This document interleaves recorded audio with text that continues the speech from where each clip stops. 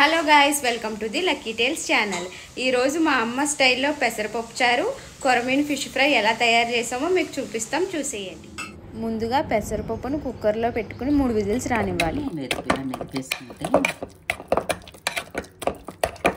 పెసరపప్పుని ఇలా మెదుపుకోవాలి మెత్తగా. మెత్తగా బాగుంటుంది, చెక్కగా ఉంది. ఆయిల్ వేసుకోవాలి.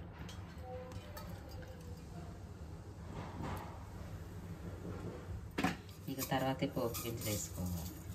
జీలకర్ర, ఆవాలు, ఎండుమిర్చి, ఎల్లుల్లిపాయ, చెదగొట్టిన ఎల్లుల్లిపాయ, కరివేపాకు.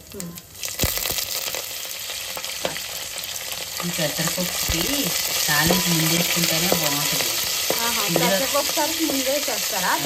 అంటే ఇందులో మనం చింతపండు వేయం, ఒక టమాటా తప్ప కానీ చింతపండు వేయం కాబట్టి ఇది తాలింపు ముందేసుకుంటే టేస్ట్గా ఉంటుంది పెసరపప్పు చారు. తాలింపు వేగిపోయింది. ఇప్పుడు అల్లం వెల్లుల్లి పేస్ట్ వేస్తుంది. పచ్చిమిర్చి,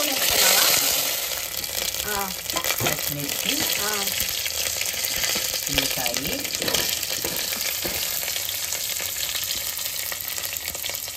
టమాటా అన్నీ వేసేసుకోవాలి ఒకేసారి.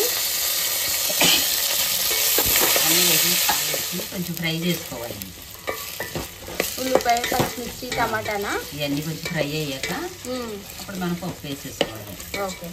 ఇంకా ఉల్లిపాయ, టమాటా, పచ్చిమిర్చి అన్నీ మగ్గిపోయినాయి. ఇప్పుడు మనం ఇందులోను పసుపు,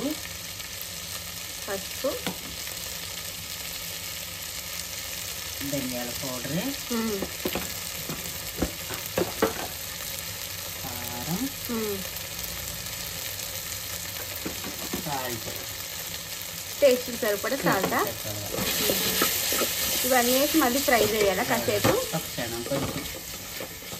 పప్పుని ఇలా పలుచగా మెదుపుకుని అప్పుడు మనం ఇందులో వేసేసుకోవడం. ఓకే.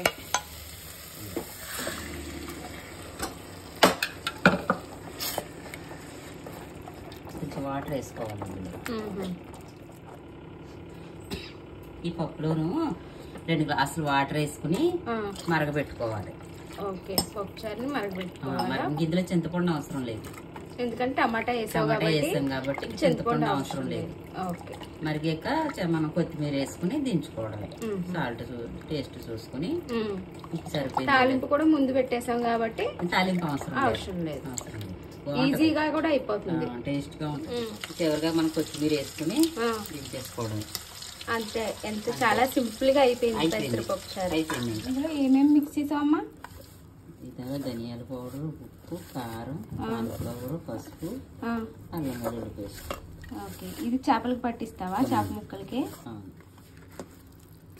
ఇప్పుడు చేప ముక్కలకి అవి పట్టించేస్తున్నావా? పట్టించేస్తున్నాను ఆల్రెడీ. చేప ముక్కలు ఉప్పు, కారం వేసేసావా? ఉప్పు, కారం, చేప ముక్కలు కలిపేస్తున్నావా ఇందులో? పట్టించేసాను అంతకుముందు. ఉప్పు, కారం, పసుపు పట్టించి మళ్ళీ ఇందులో ఒకసారి ఇవన్నీ వేసి మిక్స్ చేస్తున్నావా? కొంచెం ఆయిల్ కూడా వేసుకుంటే బాగుంటుంది. వేడెక్కింది. ఇక ఫిష్ ముక్కలు ఆయిల్ వేస్తున్నాను. ఓకే. ఈ ఫిష్ కర్రీకి, గిరికీని ఫ్రైకే బాగుంటుంది. ఇది కొరమీను ఫిష్. పులుసుకి అంత బాగోదు ఇది. ఇది మన చికెన్ లాగా ముక్క గట్టిగా ఉంటది. అంటే ఇది గిరికీని ఫ్రైకే బాగుంటది. ఇది పెసరపప్పు చారుకి గాని, సాంబార్ గాని నంచుకి మంచి కాంబినేషన్ బాగుంటది. సాంబార్కి నంచుకుంటే చాలా బాగుంటది. మీడియం ఫ్లేమ్ లో పెట్టుకుని చిన్నగా వేయించుకుంటే ఇవి ముక్కలు బాగా ఉడిగుతాయి. హై ఫ్లేమ్ పెట్టేస్తే పైన వేగిపోద్ది, లోపల ఉడకదు. చిన్న మంట మీద వేయించుకుంటే ముక్కలు చాలా బాగా ఉడుకుతాయి. టేస్ట్గా తిరగేసుకుని మళ్ళీ చిన్న మంట మీద పెట్టుకుంటే బాగా ఫ్రై అయిపోయినాయి అన్నది. ప్లేట్లోకి తీసేసుకుందాం.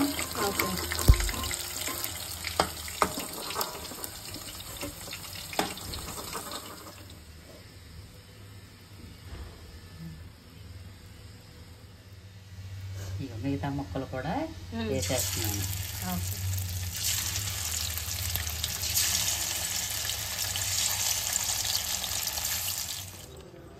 కొరమీను ఫిష్ ఫ్రై రెడీ. పెసరపప్పు చారు రెడీ. ఇంకా వేడి వేడి అన్నంలో పెసరపప్పు చారు వేసుకుని కొరమీను ఫిష్ ఫ్రై నంచుకుంటే టేస్ట్ అనేది అదుర్స్. చూసారు కదా, పెసరపప్పు చారు భలే ఈజీగా అయిపోయింది. చేపల ఫ్రై కూడా చాలా టేస్ట్గా ఉంది. ఆ రెండు కాంబినేషన్ అయితే చాలా చాలా బాగుంది. మీరు కూడా ఒకసారి ట్రై చేయండి. ట్రై చేసి ఎలా ఉందో టేస్ట్ కింద కమెంట్ సెక్షన్లో కమెంట్ చేయండి. Thank you. Please subscribe to my channel. Bye.